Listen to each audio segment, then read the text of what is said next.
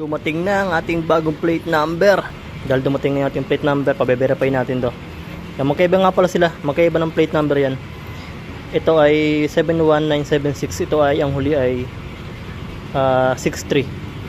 So yung magkaiba, ngayon, meron naman yung certificate na sinasabi na ito yung iyong magiging plate number.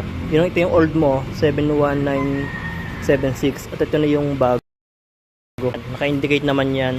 Ang gagawin mo na lang, pupunta ka sa LTO para ipa-verify na ito na yung magiging plate number mo. Tapos parehistro na lang at okay na.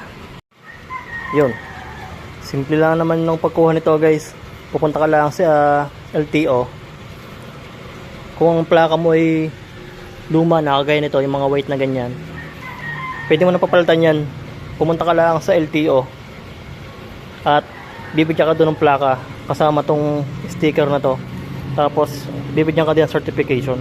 Yan, dadalhin mo lang ang ORCR mo kahit hindi nakarehistro, bibigyan ka ng plaka. Yan lang, guys, konting kalaman. Thank you for watching. Alright.